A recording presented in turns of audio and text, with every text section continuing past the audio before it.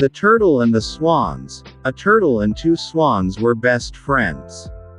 They met at a lake every day. One year, it rained very less and the swans were worried. The swans spoke about another lake on the other side of the mountain. They decided to go there and invited the turtle to join them. He told them that he could not fly, but had an idea. He asked them to hold a stick in their beaks and he would hold the stick in the middle. The swans agreed but warned him not to open his mouth as they flew. As they flew, they crossed a city. The people were excited by the sight. The turtle wanted to say something and opened his mouth.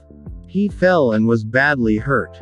Moral: always pay heed to the advice of the wise.